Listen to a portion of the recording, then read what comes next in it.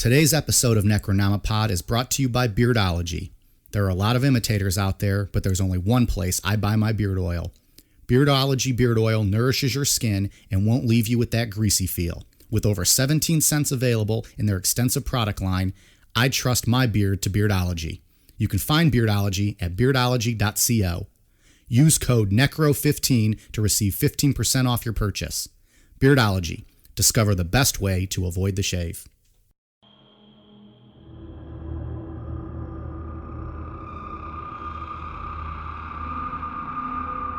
In part 2 of our conversation about Jonestown, we discuss the cruel and humiliating punishments Jim Jones would bestow upon members who he deemed hostile. We'll also discuss the ways Jones continued to manipulate his followers and gain new ones, growing Jonestown to heights it had never reached before. We'll also take a look at Jones's growing political influence throughout the 1970s. What first lady did he rub elbows with? I'm Mike. I'm Ian. And I'm Dave. If you've ever cucked a man and forced him to write a humiliating letter acknowledging you fathered his son, stick around. You and Jim Jones have more in common than you thought. This is Necronomipod. It's hard. I'm preaching my heart out. But look at that 93-year-old before you do and see how healthy he looks. Look at what I do for my people. He was in jail. They were stuck up several $1,000 bills on him. And I paid it that minute. And I said, you won't go back. And he didn't. That's the kind of father I am. What kind of father have you been serving lately? Does your churches have any love? Does your preacher talking about the sky god? Will he give you a ride? Will he give you any buses? Has he given you any of those homes? Has he given you help? Does he go into the court and the jails and set you free? Does his sky Jesus do you any good? No! I'm the only one that'll help you. I'm the only one that cares about you. I'm the only one that loves you. So the madness continues. Part 2. Yeah, so last time when we left off, we were hinting at Jim starting to use drugs to keep himself going. Wait, you mean the story gets crazier? it's gonna take a turn here. So yeah, jumping right into it. Jim Jones, he had to keep control of everything concerning the People's Temple. I mean, he was doing the books, doing all the logistical stuff. Like he did delegate stuff to certain people eventually, but he was in control of everything. And then on top of that, he was doing multiple sermons a day and then doing meetings at night. So I mean, he had to be on point at all times. Like 20-hour days. Yeah. Plus, with that fuck schedule you got to keep up. We talked about last episode. There's a lot going on. And there's meetings to have and women to do. Can't miss an appointment in the fuck schedule. No, of course not. So that's where massive amphetamine abuse comes in. We talked about it a little bit on the last one. If you're a paranoid person and you're an asshole, amphetamines are just going to boost that. I mean, it just basically boosts your personality, you know? Yeah, I guess that makes sense. So he goes from a dick to a total dick. Oh, yeah. And the paranoia is a big thing with Does speed make you paranoid? Yeah. Okay. And if you're already super paranoid, it's going to throw that through the roof. Amplifies it. Yeah. But he needed to sleep sometimes, too, so to come back down from the amphetamines, he would take Quaaludes to fall asleep. So it's just this back concoction. and forth. From what I've read, Quaaludes are the greatest thing in the history of drugs. To fall asleep? To anything. It's too bad they quit making them. Oh, they don't make them anymore? No. I didn't know that either. Yeah. Just from reading about, back in the 70s. Yeah. Which was before my time. No, it was absolutely not. You would have been way too young to be doing drugs, so at least there's that. From what I've read, Quaaludes were fantastic. Remember the Wolf of Wall Street? Remember he found those... I've never seen that movie. Oh, the special Quaaludes? Yeah. When they were in slow motion crawling on the floor? So at this point, you said 70s. We're looking at, the early 70s at this right now when he starts dabbling in the drugs? Yeah, early 70s. Late 60s, early 70s. We should remind anyone that might be listening, if you've not heard Jonestown Part 1, go back and listen to that before you listen to this episode. Otherwise, you're going to be catching us in halfway through the story. Yeah, what are you, an idiot? You started on Part 2? Get the fuck out of here. He said it, not me. So with all the drug use, that holds the key to the mystery of the sunglasses that he never took off. And because his eyes were so fucking bloodshot red and teary all the time from all the drug abuse, he just looked like a fucking maniac. So I just thought he was trying to be like Gene Simmons. Gene Simmons wears sunglasses all the time. You know why? Because the sun never sets on Planet Cool. Is that a legitimate quote from him? Or? Yes.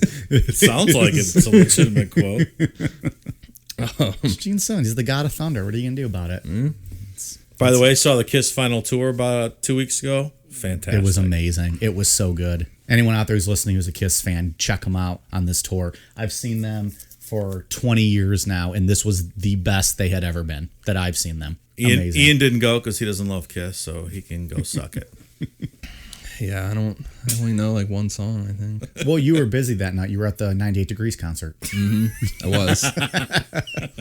Who's the guy from 98 Degrees? Nick Lachey? Yeah. Married Jessica Simpson for The a short correct time. answer to that question is I have no fucking idea. Nick Lachey, and then what was his brother Drew? Was it Drew Lachey in the band too? There was he had his brother in it. I remember his brother's name. I have no fucking They idea. were the throwaway boy band. Backstreet Boys and NSYNC were the shits. I'll take your word Top for it. shits. I meant that in a good way. They weren't bad. They were the good shits. Very familiar with 98 Degrees for some reason. Well, I know who they are. That was all in that same time period. Mm-hmm. I watched my share of TRL. Come on now. I was going to sing No Strings Attached, but I'd end up singing Smoke on the Water instead and mess it all up. So, Jim, I mean, you got to think, too, people are like, I would assume wondering, like, hey, why the fuck are you wearing sunglasses inside at, like, 24 hours a day you're wearing sunglasses? Now it's, like, a little weird. It is weird because that's how I picture this guy. Like, that's the iconic image of him Yeah. with the sunglasses. Yeah. Right. So, if he never wore them before and then he starts, Yeah. if you were a follower, you'd be like, wait, why are you wearing these all the time?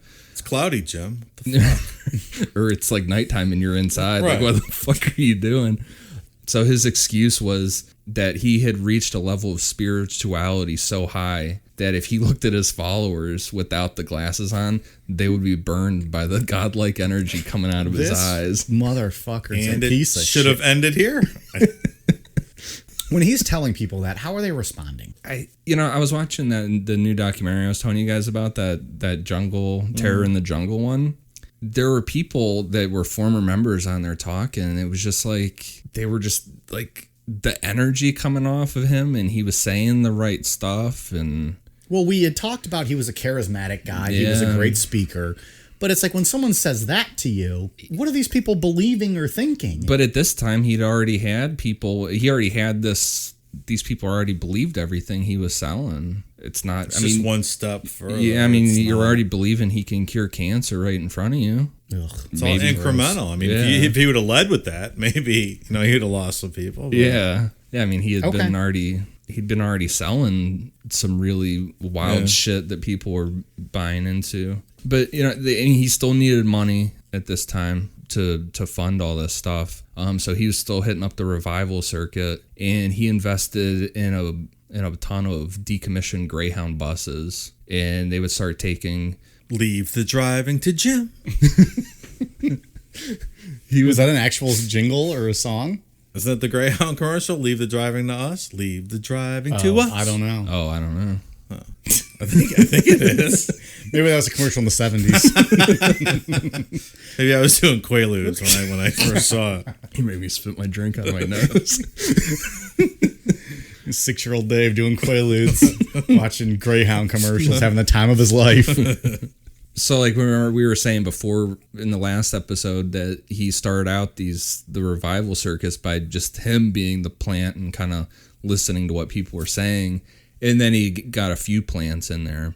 But now with this group of Greyhound buses, he would take like 300 to 400 people with him from the People's Temple. They would all be pumped up for him already. And he would call an unknowing member of the audience now and tell them that they had cancer. And they're like, oh, what the fuck? I have cancer. What? Like, yeah, he wasn't using the normal plants.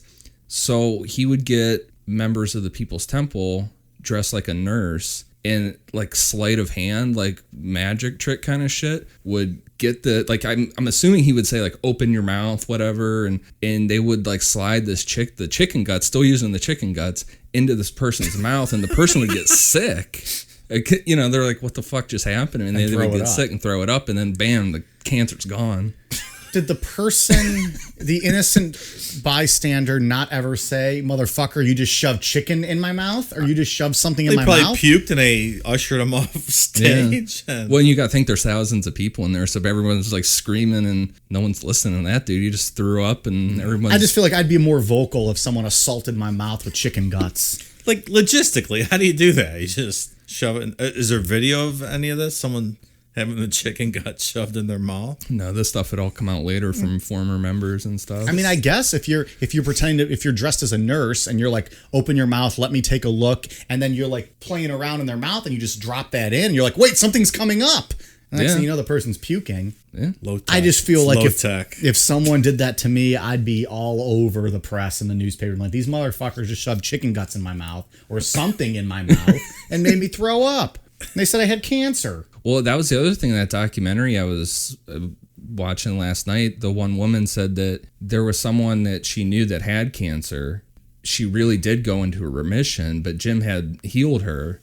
And she was like, that was like real. I mean, she actually did go into remission, but it came back. And she was like, well, I need to start believing in Jim more. And she ended up dying from cancer because she just thought that she could believe in Jim Jones.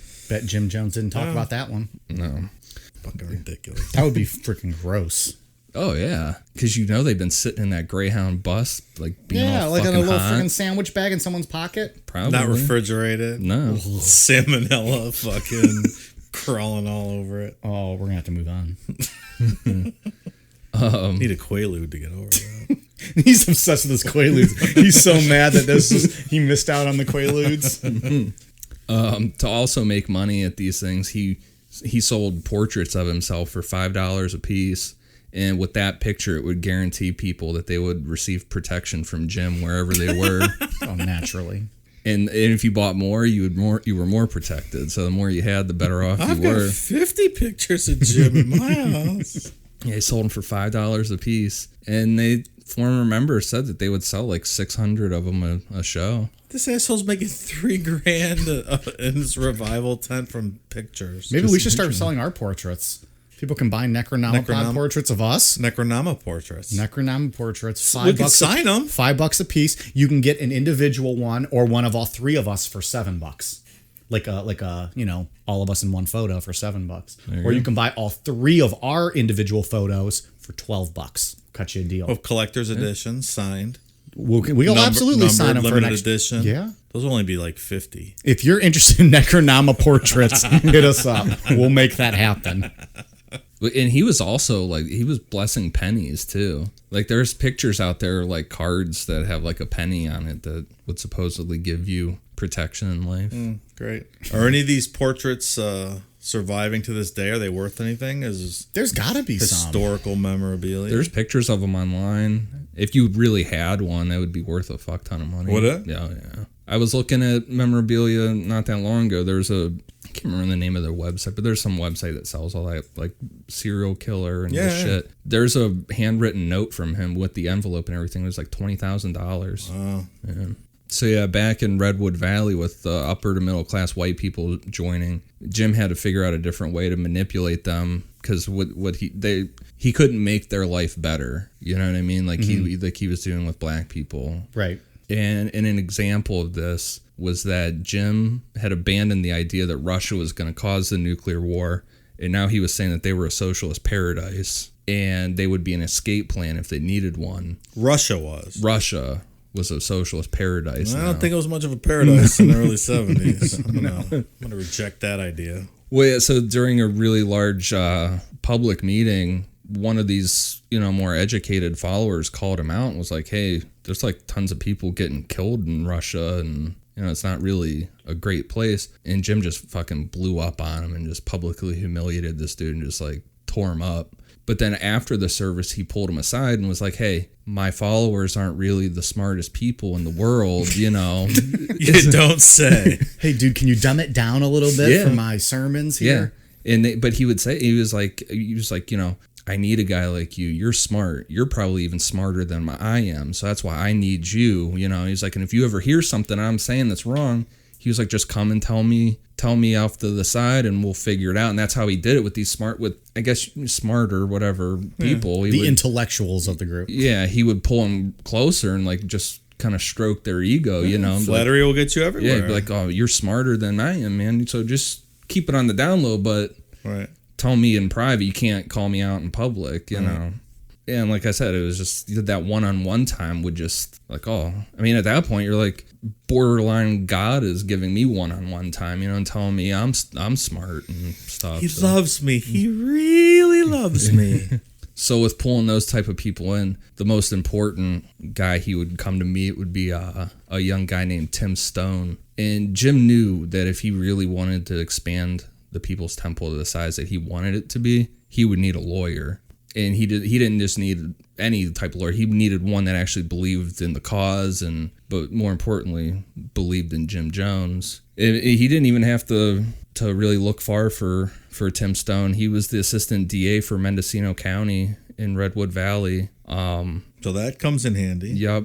And Tim Stone immediately took to the social message that Jim was preaching. And like everybody around Tim Stone, like he was just a really aggressive young lawyer. People were saying like he was going to be the DA. Yeah, like the next, super successful. And that's why everybody around him was like, what the fuck are you doing? Like, why are you joining? Why are you? Because it was really public. Like you had to be public and say like, I am the member of the People's Temple. Because everyone knew about it. It wasn't like a hidden cult kind of thing. Right. So what was it? It was the social message. The overall spew that Jim Jones was throwing out there. I think at this time, if you weren't coming from the revival, if he wasn't bringing you in from the revival circuit, it was the social message of everything. And getting this Tim guy adds a huge layer of legitimacy. So, oh yeah, absolutely. I'm sure he seeks people out. And he wouldn't be able to accomplish half of this shit if it wasn't for Tim Stone. Right. Since Tim was spending all of his time with Jim, his marriage to Grace Stone started to fall apart. And since Grace was lonely, she started talking to other People's Temple members about her problems. But she didn't know that everybody kept notes on everything and would report it right back to Jim. So, and Real Housewives of People's Temple. That's where he saw his in with Grace and moved in. And eventually Grace became pregnant. And the baby from that affair would be one of the... She became pregnant with Jim's child. Yeah, and that baby would be one of the big things that ended the People's Temple. He was born John Victor Stone on January 25th, 1972. Everybody called him John. I think the only reason that Jim took to this kid the way he did was because it was another thing to use as a manipulation, a prop. Yeah, and inflate his ego even more over someone. Right, because Jim was having sex with tons of... he had the fuck schedule. He was, of course, doing whatever he wanted. It wasn't an empty fuck schedule. Well, he left room for fill-ins. Got those wild cards out there. Walk-in appointments. Yeah. From noon to 2 on Saturdays, he accepts walk-ins. Enter Grace Stone. No, literally, he entered Grace Stone. Well, and there was a lot of forced abortions going on because he didn't use protection. He was just getting women pregnant left and right, and then they would have to get abortions because he said with socialist beliefs, it wasn't a good thing to bring more children into this world. But John was something that he could manipulate because he could hold it over Tim's head, and make him do what he wanted. Right, because Tim was important. Grace Stone and Tim Stone are listed as John Victor's parents on his birth certificate, but as far as the People's Temple is concerned, Jim was the dad. And Jim forced Tim Stone to write just a ridiculously humiliating letter or an affidavit acknowledging that Jim Jones was the biological father of John Victor and sign it. And then this is brutal, and I don't know if it was just to rub it in or if this was just like this power trip going to the next level, but he had Marcelin sign it as a witness. Yeah, just power trip for everybody, I would imagine. Why do you think he had him write the letter? Just to hold over him? No, yeah. And admit oh, hey, I did this and you didn't. Yeah. Well, go ahead and read that first paragraph of that affidavit. Really, the first paragraph I think is the relevant. There's only one other paragraph. Yeah. But so this is the letter that he had John Stone write and sign. Tim Stone. I'm sorry. I'm looking at the son, John. Tim Stone, write and sign. And this will be in Mike's interpretive voice reading Don't of do the letter. voices. Why do you guys think I do voices over here? I don't know what Tim Stone sounds like. I, Timothy Oliver Stone, hereby acknowledge that in April 1971, I entreated my beloved pastor, James W. Jones, to sire a child by my wife, Grace Lucy Stone, who had previously, at my insistence, reluctantly but graciously consented thereto. James W. Jones agreed to do so reluctantly after I explained that I very much wished to raise a child but was unable, after extensive attempts, to sire one myself. My reason for requesting James W. Jones to do this is that I wanted my child to be fathered, if not by me, by the most compassionate, honest, and courageous human being the world contains. Signed, Timothy Oliver Stone. Does that have Marcelins on the side too? It's got Tim Stone's and then dated February 6, 1972, and then witnessed by Marcelin. Yeah. Yeah. That's brutal. It's brutal for Tim. I mean, it's demoralizing, but it takes it to a whole different level having Marcelin sign that. Yeah. So we just talked about Tim being an aggressive lawyer. Doesn't sound very aggressive to me. No. I mean, he was just completely believed in Jim Jones. emasculated. Yeah. But we'll see by the end of this episode, this whole power play for John Victor is going to backfire big time on Jim Jones. Teaser. So, and then going back to Marcelin, this was kind of like the last straw for her with this whole signing this affidavit as a witness. She had met a psychiatrist at this time, but she was debating on getting divorced from Jim. She was pretty much set at this point that she was going to get a divorce from him because she was just sick of all this bullshit. One of the smartest ones in the bunch, really. Yeah. She told him that she was leaving him, and he started the whole God's wrath shit with her, saying like, this army of death will come down on you, like all this bullshit. And she's like, Jim, you're an atheist. But she knew. I mean, she already knew all this bullshit. So I forgot that he was the atheist. yeah. in So last episode. she had been over all of this stuff. I mean, this is years going on. So Jim brought in the kids and said, your mother's trying to leave me, do you want to go with her or stay with me? And they kind of were like, well, kind of want to go with our mom. And then he just cut the whole God shtick on stuff, and he was just like, I'll fucking kill you. Yeah. If you leave me, I'll fucking kill you. And she doesn't do well with rejection. No. And she knew that was something to take serious, because at this time he had slowly started getting bodyguards around him that were armed at all times, and they were like deathly loyal to him. So she knew that this was something to take serious, right. that could be a reality. So Marcelin was just stuck. Yeah, and just crazy. Tried her best the rest of the way to avoid things. Right. The kids were fairly happy, except for Steven has some issues, but they all recounted having good times as kids, and they even had their own chimp named Mr. Muggs, and he would be was he one of the spider monkeys? No, he was a chimp. That's true. You just said that. He kind of became the mascot for the People's Temple, and he was one of the first residents at Jonestown. Mr. Muggs. When they went down there to build it with 12 guys, they took Mr. Muggs with them. It's a pioneer. Yep. But even with Mr. Muggs, Jim always had to figure out a way to fucking make himself look better and be the hero, because the story was that Jim had saved Mr. Muggs from a laboratory that was doing testing on him, but in reality he just fucking bought him from a pet store. He lies about everything, every little thing. But he also he would take the kids on vacations, but I mean, in this strict communal society, you can't just tell his followers that. So he would tell them that they were going on secret missions that had to do with the cause. To the Caribbean. Yeah, on a beach. Right. And then, like I said before, Steven had some issues. He's their biological son. He had tried to commit suicide 3 times when he was 12. He said in an interview it was just like a cry for help kind of thing. That's what he says now that he's an adult. Right. 3 times by the time you're 12. That's so young. Yeah, he was taking a bunch of Jim's pills, because Jim would leave him out in the open, and it didn't seem like he really gave a shit that he tried to kill himself, because he still left him right out in the open and accessible. in the early 70s, Jim started to move even farther away from preaching about God and started to replace himself with God. That's like the clip that I played in the intro with the whole sky god thing. Yeah. That was something he would say all the time, is the sky god. What's the sky god ever done for you, kind of thing. He's not wrong. Yeah. If I think it's just go ahead. It gets weird when you insert yourself as you're better than the sky god and you're doing all the things. Yeah. But he would start throwing Bibles across the room and jump up and down on them and get the band to start playing, and he'd start dancing on the Bibles and shit.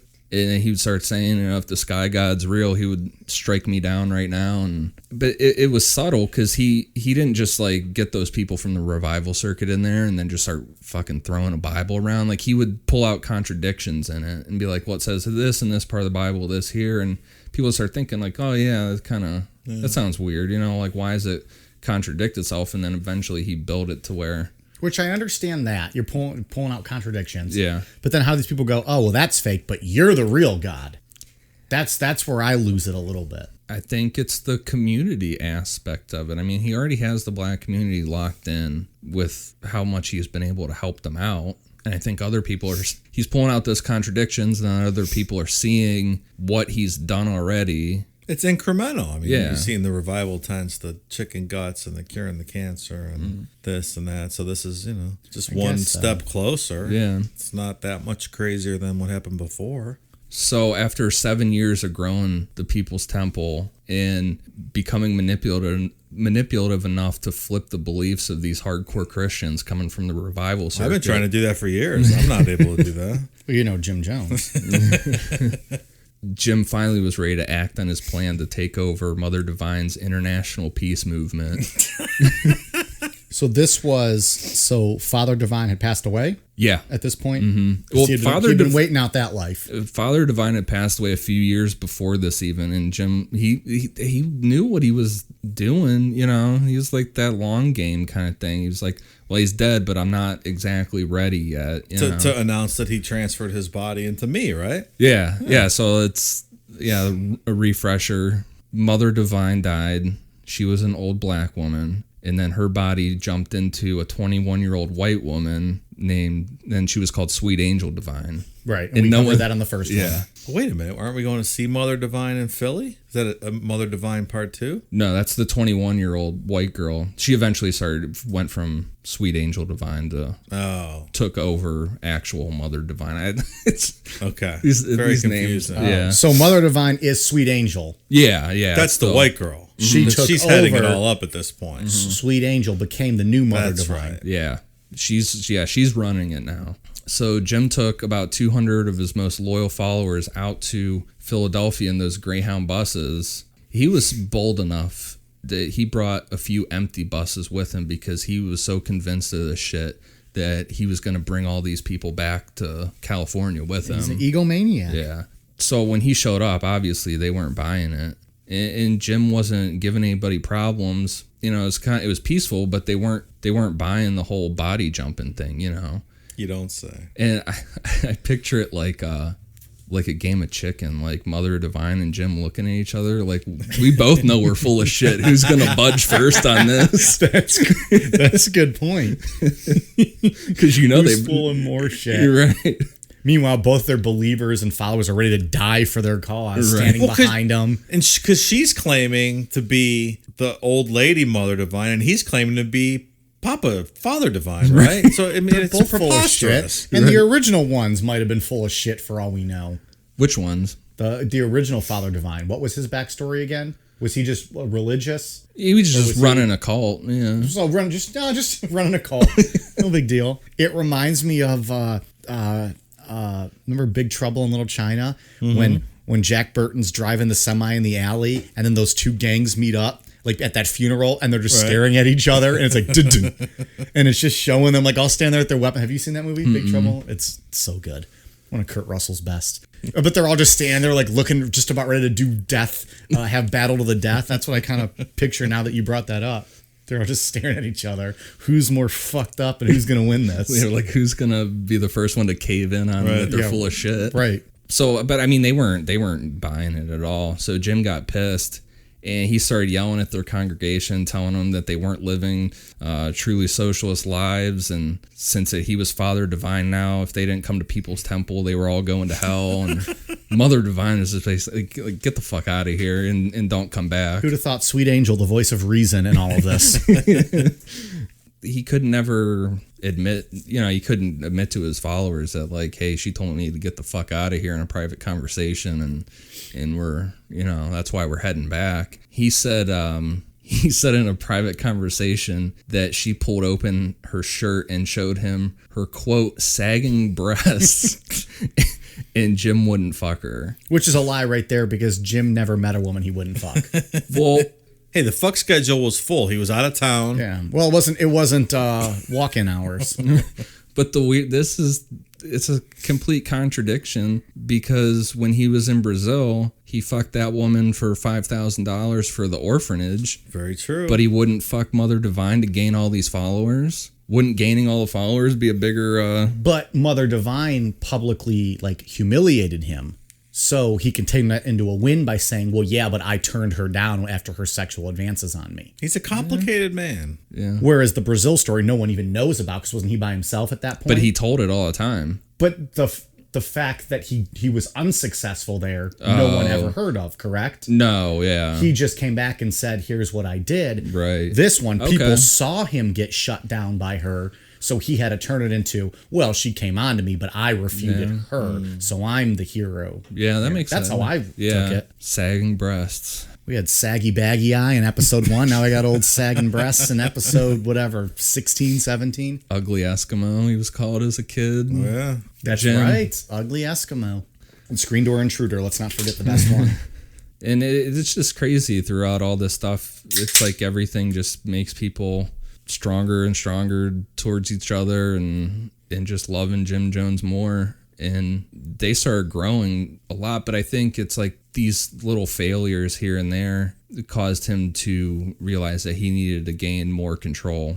And so he started the Planning Commission. And Jim sold this as the group was his most trusted followers, and they were going to be planning out things for the People's Temple. But really, it was just like a testing ground for him to see what he could get away with before putting it out to the larger Put it population. to the most trusted people before doing it to the rest of them. Yeah. And like I said, he would bring the guy we talked about earlier that brought the shit up about Russia. He would bring those type of people into the Planning Commission, because he was like, educated people. Yeah, he was like, I need, like, if someone was like talking shit, and he'd be like, "Oh, you come in here with me. You're important. You need to be in here. You can't be out there talking to everybody else, basically." Right. Make them feel more important. Yeah. And if I can get this over on this group, then I can get it over on everybody. Right. All the dummies out there. Yeah. As opposed to the smart ones in here. But basically, too, this turned into like his personal, like, I don't know, fucking like dating service or something. Or he would just bring in all these women that he wanted to fuck. See, it all just goes back to him fucking people. Oh, yeah. They say he would just talk about all the women he's fucked, and sometimes they would be in the room with him, like, and he would just be talking about fucking them, and he would have them write up like essays about like how good it was to fuck Jim Jones and shit, and read it out loud to people. Do we have these letters so Mike can read them? No. Oh, I would have read that in a voice too. I'd have done a sensual voice for that one. The Planning Commission takes a dark turn with they started coming up with punishments to put out to the rest of the congregation for people that were being hostile. And the punishment started out with like what we were talking about with Whitey Firestone, just getting screamed at in front of everybody and told how big of a piece of shit you were. And then That was from the first episode. yeah, He's the guy that drove his car over the cliff, right? yeah, That's right. Yeah. Available now on all of forms of when you can listen to iPod or fuck. Where you can listen to all forms of podcasts on Apple Podcasts, iTunes, YouTube, Spotify, Stitcher, Google Play. What else are we on? I can't remember them all. Cast something. Castbox. TuneIn. TuneIn's the new one. Well, and again, this is episode 2. If you haven't listened to the first episode, I told you to get the fuck out of here at the beginning of the episode. So if you're still here, you weren't listening. It's all on you. So go back and listen so I don't have to struggle through all that again.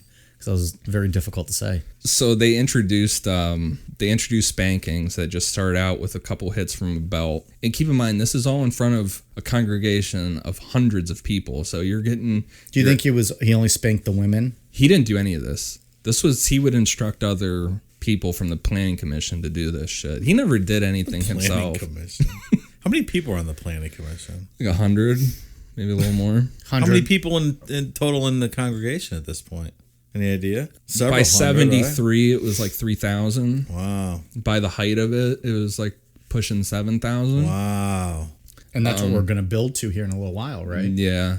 Then they ditched the belt and they started using a paddle, and that was just 1 or 2 hits. And then it went up to like 25 and 50. Then it like pushed 100. And it just, progressively got more ridiculous. And then they brought in forced fights, which a member was forced to fight another member that they had no chance of winning against. And if they did have like a bigger guy or a bigger woman, or like a woman against a fucking like teenage boy. Oh God. And if they did win, then they would just have to fight someone else until they lost. Do you think they killed that teenage boy when he lost to like a woman, or when they killed like the one like if the underdog beat you, were you forced into some punishment? Well, you probably had to go to the back of the line. They're like, well, now you're on this side of the line. Now you're going to get your ass kicked. You're on that side. Now we're going to put you against some big 300-pound brute. Sounds great. But, these punishments were for doing small stuff. I mean, this would be like sitting there saying bitching about that you had peanut butter sandwiches for a week straight. You wanted some different kind of food. This wasn't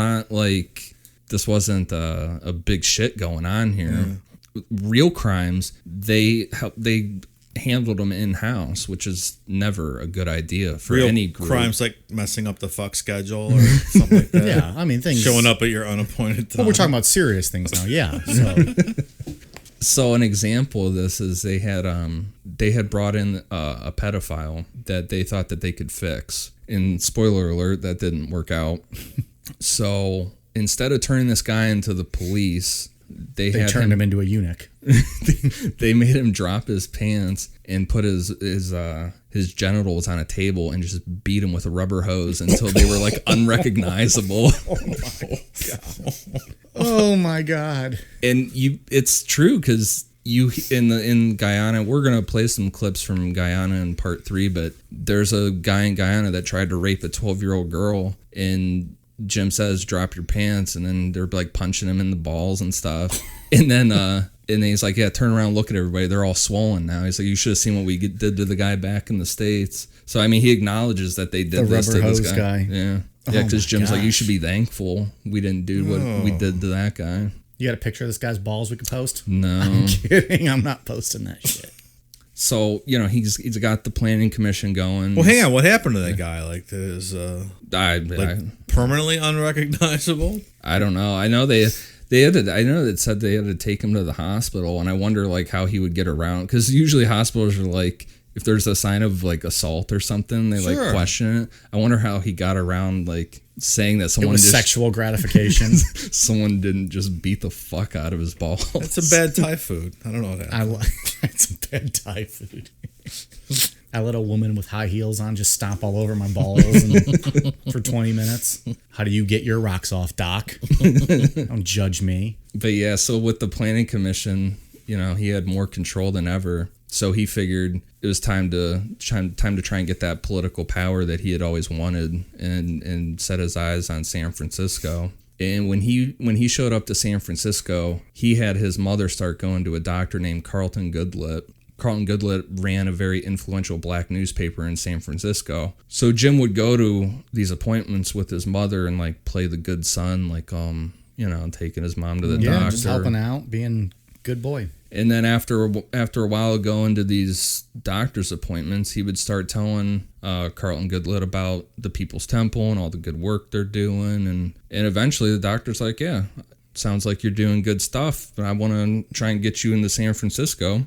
So he got Jim in starting to do guest sermons at black churches.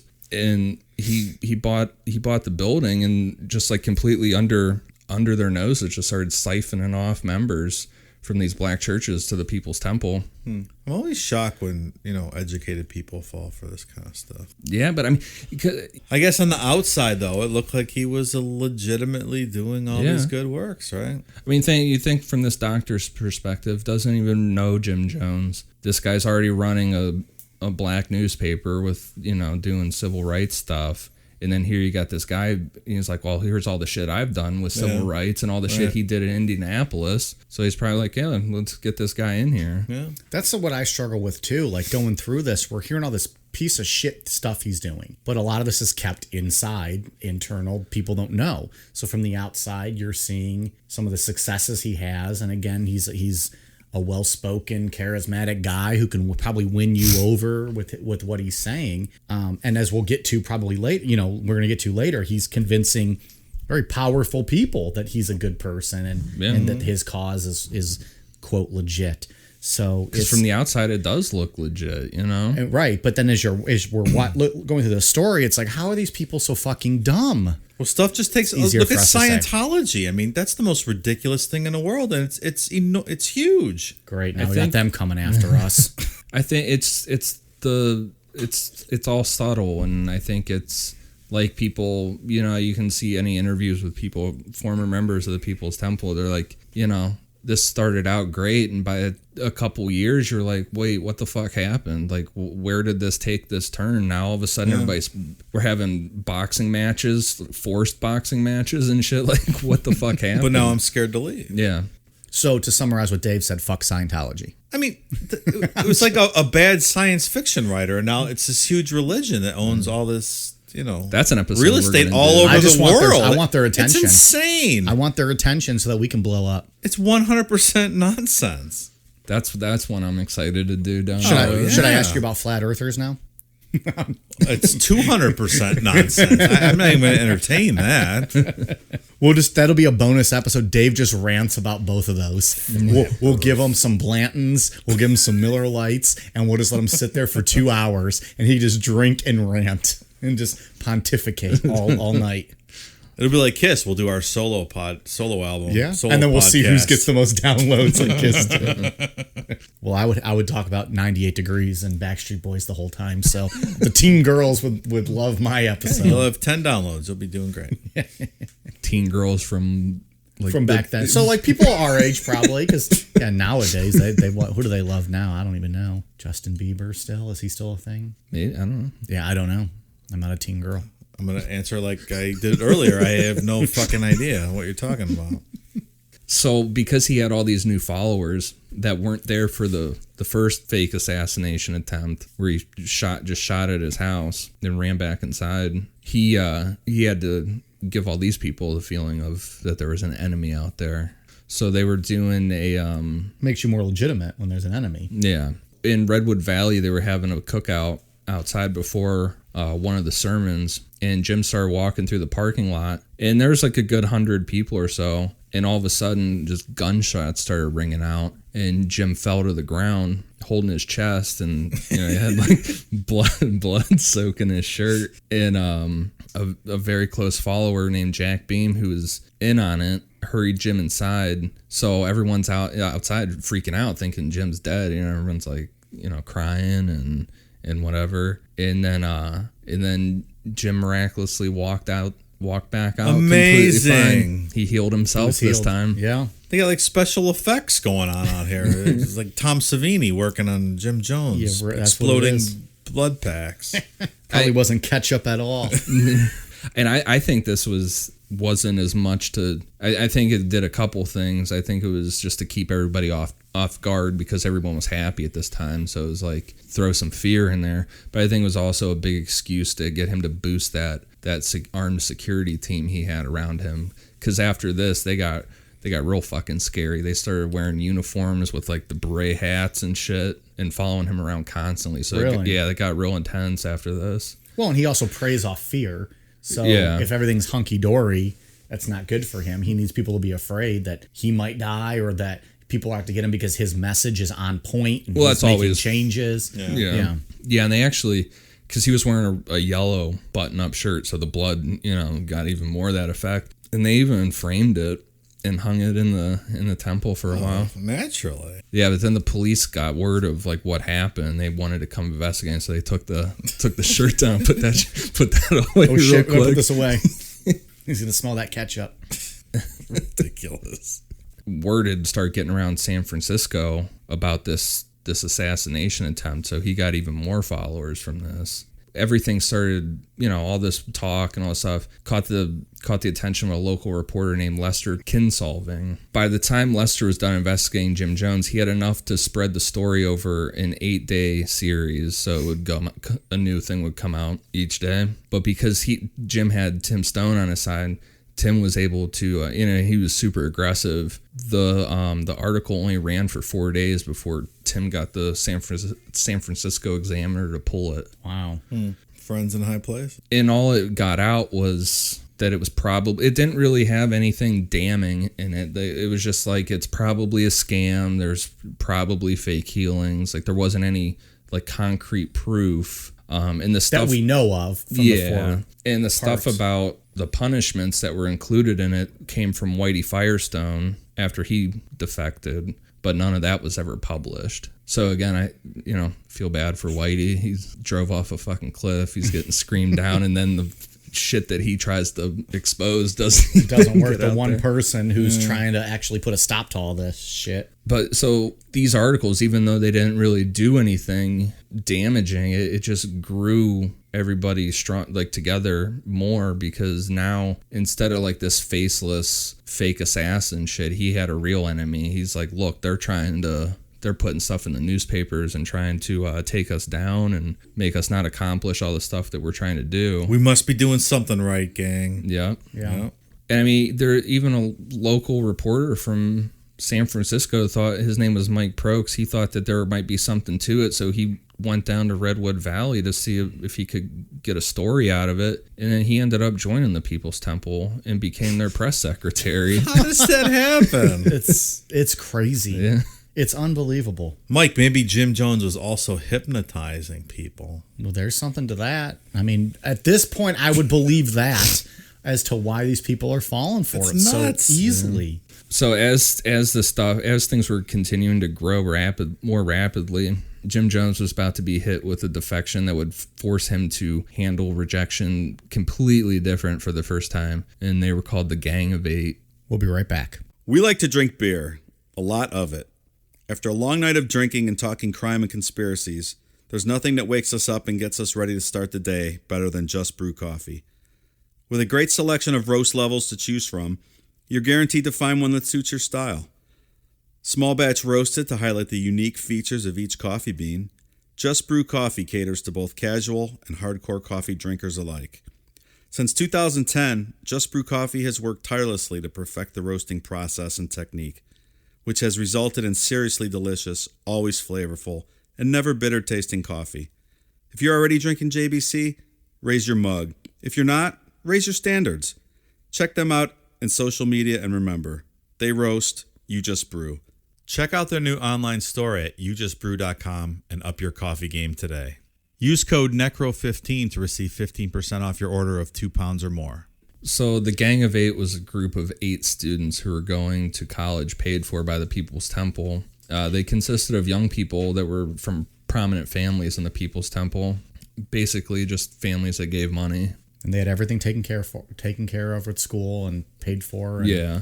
Oh, it's nice of Jim. But the He's problem... a giving guy. Mostly with his cock. The problem with them, though, is they were able to get out into the real world and actually see stuff, and see how things ran. And they started to see through Jim's bullshit. Yeah, that's what normally happens. Right. And even though Jim was preaching the racial equality stuff and doing great stuff, his real inner circle was all white, except for one black guy named Archie Imus. They started kind of putting 2 and 2 together with some of this shit, and they started to hear about the planning commission meetings with all the sex and humiliation stuff. So they wrote up a manifesto and sent it to the People's Temple. So this next quote makes sense. Jim started to claim that he was the only heterosexual person in the entire world, and everyone else was homosexual. Wait, the world or the People's Temple? The world. And everyone else. The world is gay except Jim Jones. Yeah. I have that tattooed actually on my ankle. And the Planning Commission also had started to come up with ways to incriminate people trying to leave, or if they did leave the People's Temple. So here's that quote. All the Planning Commission does is call each other homosexuals, asking each other if they suck cocks and try to plant dope on people. What a contribution to socialism. I mean, it gets the point across, I guess. I don't think those college students were happy with the People's Temple. They at this weren't. point. That's disenfranchised. I imagine that's how they wrote that, feeling that inside. Yeah. Did a good job. They're like, these are the assholes that are sending us to school. What's wrong with my fucking parents? All they do is suck cocks and try to plant dope on people. It's a bold statement. Yeah.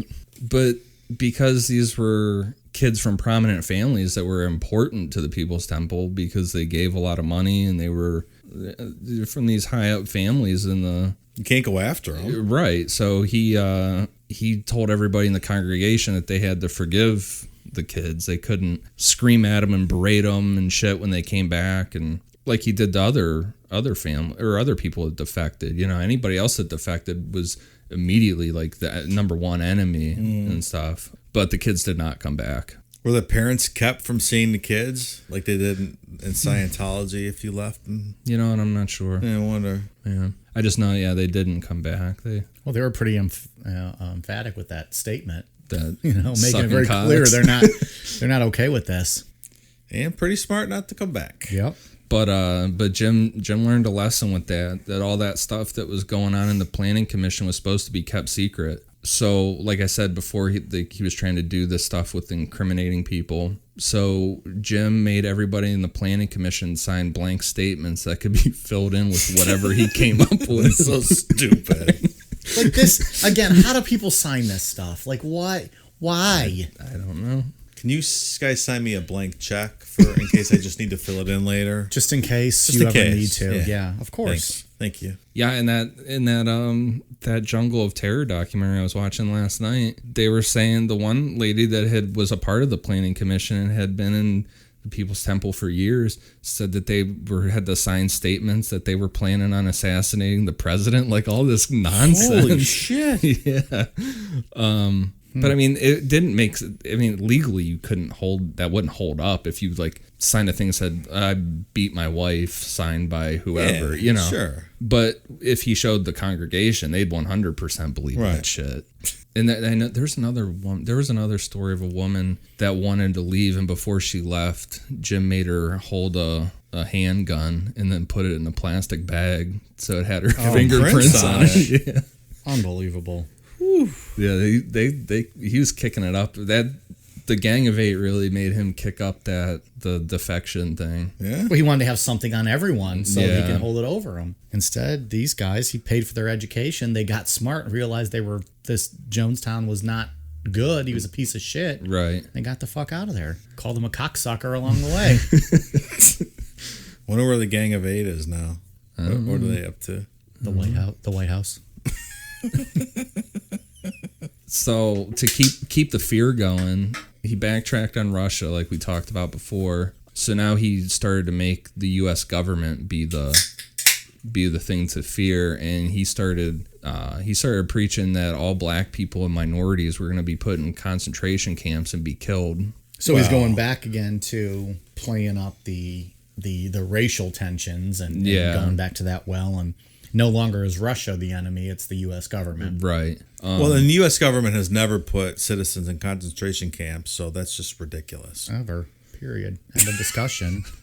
We shouldn't even disgrace our reservations, concentration camps, nothing of the sort. The Trail of Tears never even happened. I don't know why you would even bring that up, Dave. But so making the U.S. government the enemy now, he was able to sell the idea of leaving for Jonestown, which at that time he called the Promised Land. It was not Jonestown yet. No. But that's a thing too, and I think he knew exactly what he was doing calling it the Promised Land, because he's got a majority black congregation. The Promised Land is something that goes back to like slave days, with them talking about, well, we got the Promised Land. The Promised Land's coming up. That's something that's always been in black churches. It's a key word. Yeah. So I think he just I think that was the best way for him to be able to sell that idea. So that same year in 1973, Jim started scouting out where he could establish Jonestown. And before he could even get it all going, he almost took the whole thing down by getting arrested for lewd conduct in Los Angeles. Jim went to the Westlake Theater, which was known to be a place where gay guys could go and have like no strings attached sex. And the Westlake Theater was trying to crack down on it. So they had undercover cops sometimes come in and try and bust people. While Jim was watching Dirty Harry, he gave some guy the foot tap. I love Dirty Harry. I watched that not too long ago. And headed to the bathroom. And when the guy came in, he was an undercover cop. Jim already had his dick out and was masturbating, ready to go. And so there's no time for gaps in the fuck schedule. He was immediately arrested.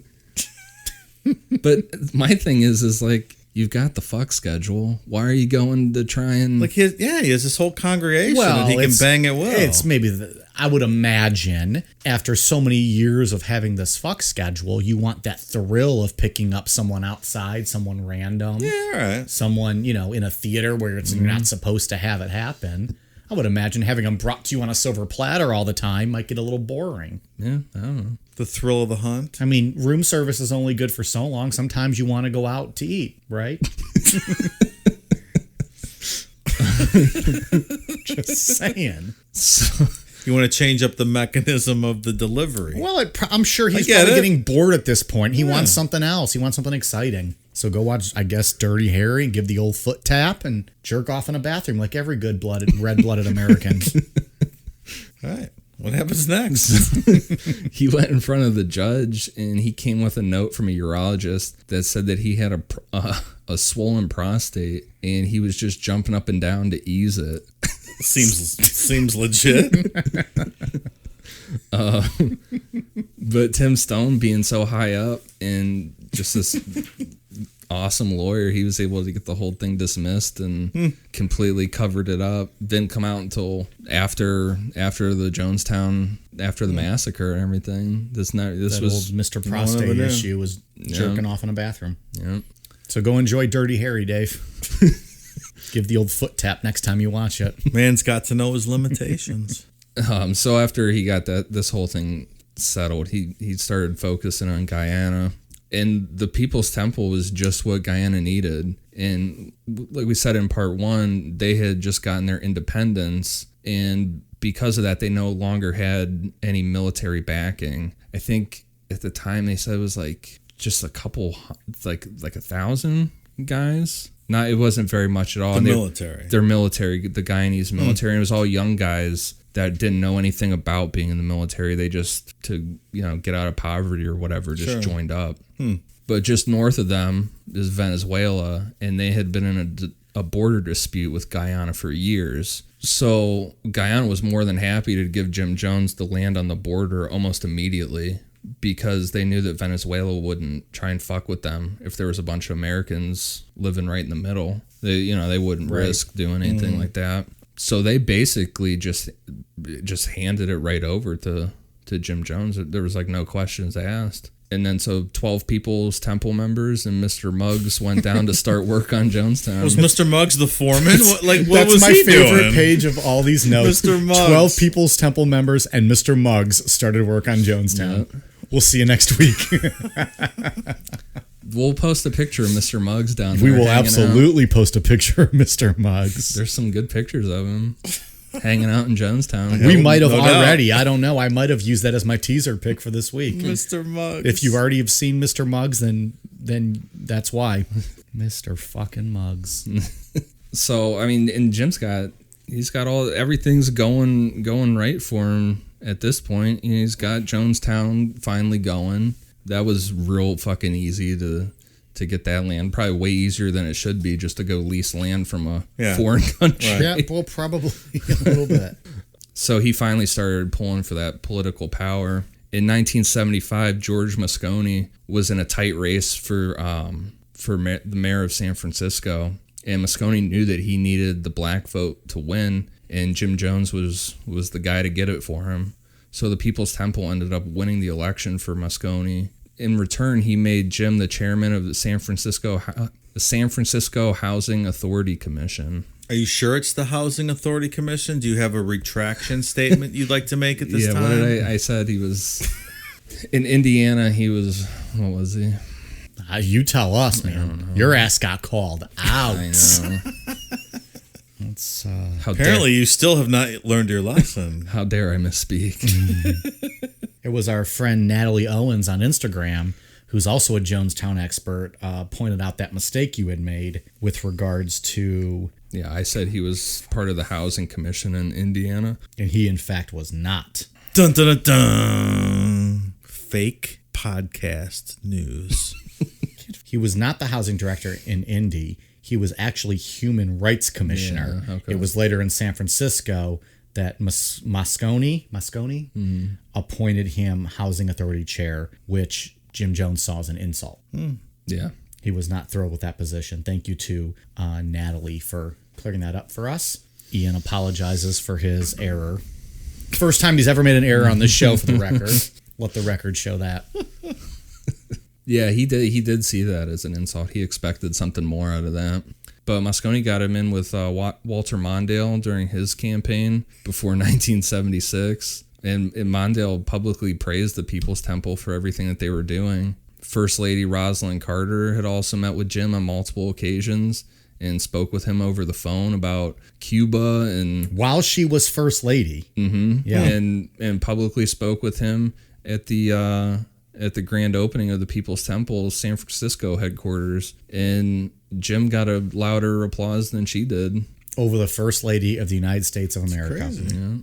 Quick fun fact about Walter Mondale. He ran for president in 1984 against Ronald Reagan. And only won Minnesota. Lost 49 states. He ran with Geraldine Ferraro, who was a female. Well, Walter Mondale's nickname was Fritz. So the Reagan campaign, or the Republicans, nicknamed them Fritz and Tits. And that was what they had dubbed them for that campaign in 1984. Probably the biggest blowout in presidential election history. Sounds like it. No matter what maybe the current president has said. This is the actual biggest blowout, 1984. Mondale, I think. Did he actually just win one state? He won Minnesota. And that was it? That was it, yeah. I wasn't alive, Dave. Sorry. Son of a bitch. You weren't alive, were you? I was not. Motherfucker. 84. You were not either, No, my friend. I wasn't either. We were alive for the next one in 88. Yeah. I was alive for a Reagan presidency. Only 2 years of it. Rat fucks. Annie Hoodles. Yeah, so in September 1977, California Assemblyman Willie Brown served as master of ceremonies at a large testimonial dinner for Jim, and was attended by Governor Jerry Brown and Lieutenant Governor Mervyn Damali. At that dinner, Brown said that Jim was an example of what you should see every day when you look in the mirror. Oh, yeah. And Sunglasses looking back at you. And said that he was a combination of Martin Luther King Jr., Angela Davis, Albert Einstein, and Mao Zedong. Yeah. And Joseph Mengele, this fucking guy. It's unbelievable that this is the stuff that politicians are saying about him. Because that's what Again, he's promoting to the rest of the world. The world sees him as a great civil rights And I know. person. I keep telling myself we're looking back and hearing all of the inside scoop after the fact. People didn't know at the time. Yeah, like if he could have just filtered down the crazy, Yeah. like he would have been a big, Yeah. could have had President Jim Jones. Can you imagine? Yeah, Fuck. I can. Yeah, and Harvey Milk spoke at one of their political rallies that was held at the temple, and then afterwards wrote Jim a letter. No, I've not seen that movie Milk, so I can't do it justice if I'm going to try to read like Harvey Milk. who was the actor? Sean Penn. Sean Penn. Is it good? Is that movie good? I don't think I've ever seen that. No, I've never I seen thought it was it like an either. Academy Award nominated movie. I thought you watch all those. I usually do. I don't recall watching that. Everyone should go watch Milk. I'm going to try to watch it before next week. Rev Jim, it may take me many a day to come back down from the high that I reached today. I found something dear today. I found a sense of being that makes up for all the hours and energy placed in a fight. I found what you wanted me to find. I shall be back, for I can never leave. Yikes. Signed, Vitamin D.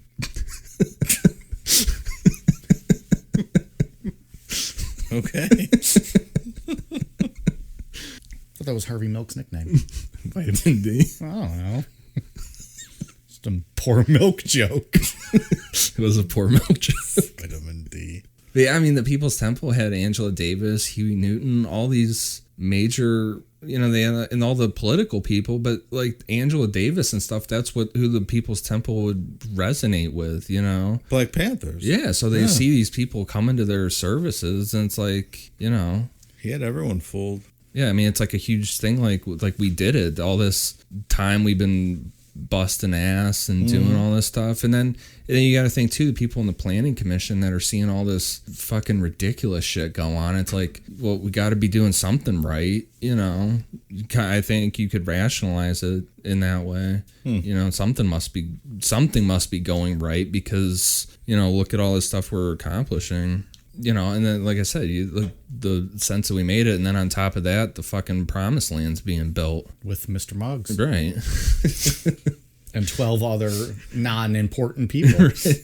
I picture him with like a construction hat on and a clipboard, like walking around with like a tie. Like he's telling everyone, like, no, take this tree down, take this. Right, he was the foreman. Upset. He had to be, right? Yeah. Fucking Mr. Muggs. He probably talked. Hey, fucker, wrong tree. God damn it, you take lunch when I tell you take lunch. We're not unionized. But yeah, I mean, that's one of the craziest things with Jonestown, like you said, if he could have just cut out the crazy shit, because no cult leader or probably ever again would have that type of validation. Yeah, he was in with everyone. Yeah. It's just the whole absolute power corrupts thing, and yeah, it's just fucking crazy. But then behind closed doors, the Planning Commission stuff was getting real dark. In one meeting, Jim told the Planning Commission members that in Redwood Valley they had made enough grapes for that year to afford a couple bottles of wine, so they should celebrate. Because right off their property there was a grape vineyard that they owned. Oh, nice. You don't hear of a lot of alcohol use. Was there a lot of alcohol use? None at all. He was just doing those drugs. Yeah, he was the only one, and no one knew about it. Really? No one else was probably allowed to do any of that stuff because that was more like personal gratification. Yeah, they were all sober.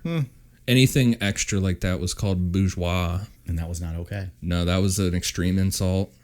Like, if you did anything extra, you'd just be screamed at and told you were being bourgeois. So, but what about these extra bottles of wine then? Well, he said it was all right. He allowed them to... Yeah, Jim said it was all right, so it's all right. All right. So they all got a glass of wine. He just walked around the room, and after he was satisfied that everybody had took a drink, he told them that it was poisoned, and they had 45 minutes to live. So Patty Cartmel, remember, she runs the fuck schedule. That's right. She was the fuck schedule coordinator. Because she was too ugly to be on the schedule herself. Right. Yeah. So she was in on it, and she freaked out and went running for the door. Mike Prokes, the guy that we said was the journalist who drove down there and ended up Press joining. secretary. Yep. He was also in on it and pulled out a pistol that was filled with blanks and shot it at Patty. What's going on over there? Yeah, that's what I said. It gets real fucking wild here. So Patty dropped to the floor and started faking like she was dying. And Jim said, if you don't accept death with dignity, everybody will be killed like Patty.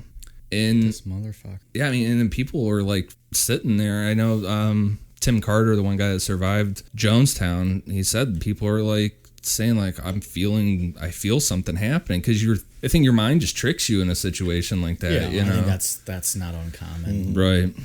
But at the end, Jim told him it was just a test. So did they, when he said that it was a test, he also said like that shooting of Patty was fake too, right? Yeah, I mean, like, you'd have he to. didn't just like get rid of her then and was like, oh no, I killed her, because that wasn't our scare tactic. Yeah. It was, oh, she was in on it, but it was a test. Like, this could happen if you don't. Right, yeah, exactly. Mike, the fuck schedule would be all jacked up if he got rid of her. Well, by this point, he could have had John running the fuck schedule. I don't know. Mr. Muggs could have been running. He's over there building the whole town. He can come back and run the fuck schedule too.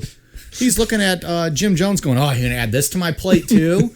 God damn. Just trying to take a banana break. If it was today, he could have, Google Docs, and he could have ran the fuck schedule from Donna Guyana. He could have. Right? If only that existed. If only.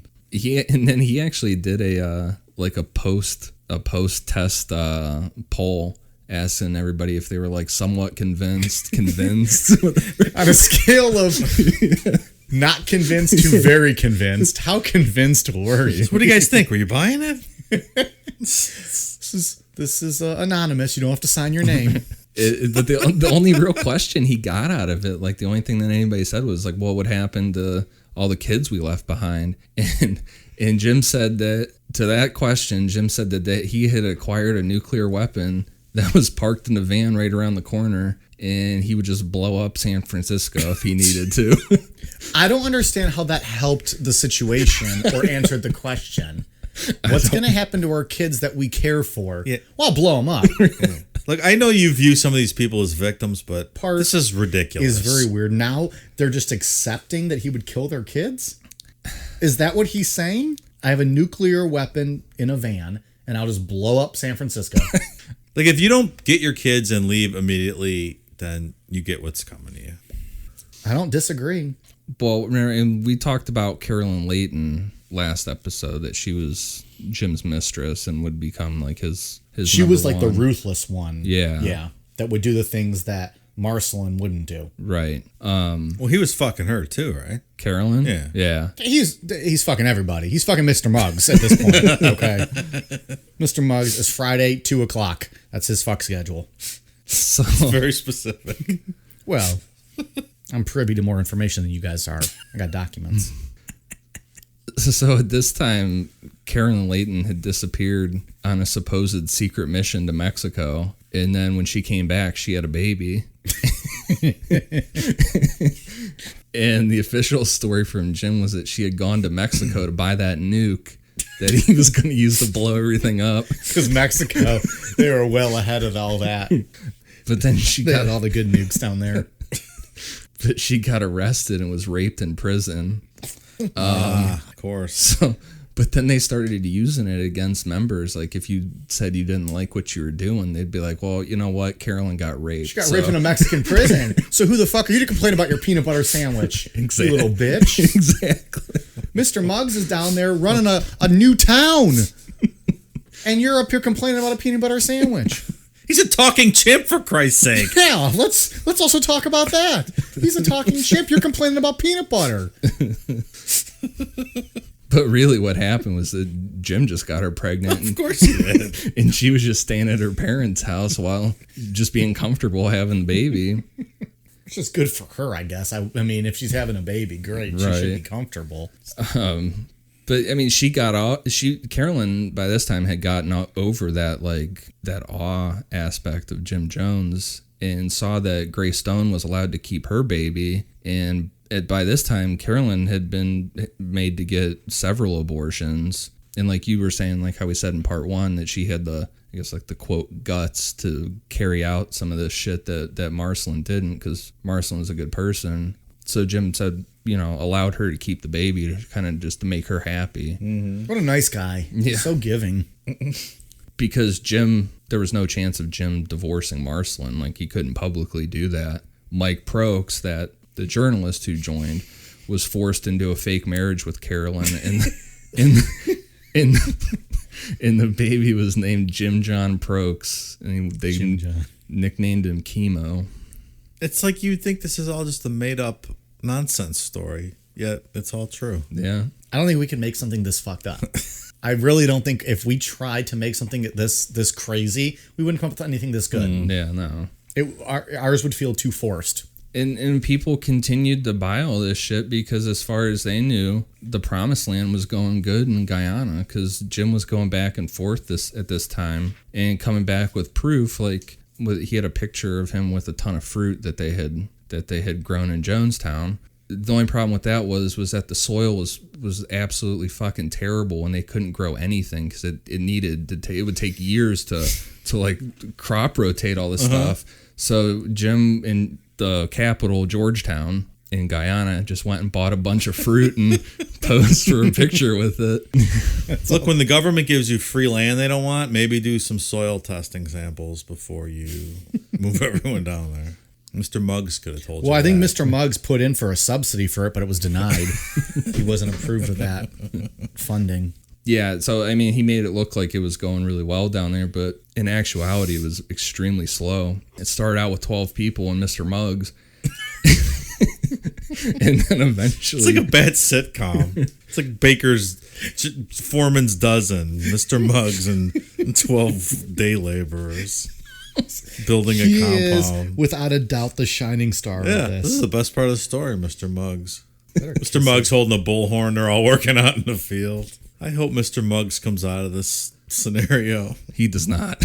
No, come on. No, Mr. Muggs was like the first one to die in Jonestown. No, Mr. Muggs doesn't like Flavor Aid. Get that shit away from him. No, they just shot him in the back of the head. Oh, no. It's the worst. Yeah, so it started out with those 12 guys and Mr. Muggs, but then they eventually got 60 members down there. But this was just normal people out there trying to tear down a jungle. Right. You know what I mean? With no heavy equipment. Yeah, I mean, they flew in heavy equipment eventually, but at first it was just like They're just got out their there. axes and they're just trying to do it. Meanwhile, there's like Garden cheetahs hose. and snakes Yeah. going around. Well, that stuff's so thick. I mean, you're talking the jungle. That's not an easy proposition. Yeah, I mean, the trees were so dense and hard that it would just bust the chainsaws when they were trying to saw them down. And the Guyanese would just be watching them like that. You're never going to do it that way. So what they had to do is rock the trees back and forth to get them loose enough to pull them out of the ground. Yeah, that sounds fun. And then, like you said, there's snakes. There's jungle cats out there. Fucking crazy bugs and shit. Fucking humidity, the worst of all of it. Yeah. I mean, it is amazing what they were able to accomplish down there to build Jonestown to what it was, you know. Yeah. But yeah, so at this time, Gray Stone had stopped buying this shit, and in 1976, she snuck off and left her husband Tim Stone and her son John Victor behind because Tim was completely sold on Jim still, and there was no way she was going to be able to get out of there with her son. You know, I mean, there was just, it wasn't going to happen. Jim could talk all his shit and threaten defectors, but Grace was different. And like we were saying, the custody battle of John Victor would be a huge factor in why the People's Temple ended. Jim saw the writing on the wall with John Victor, and before anything could happen, he put John Victor on a plane and flew him to Guyana. Just got him out of there.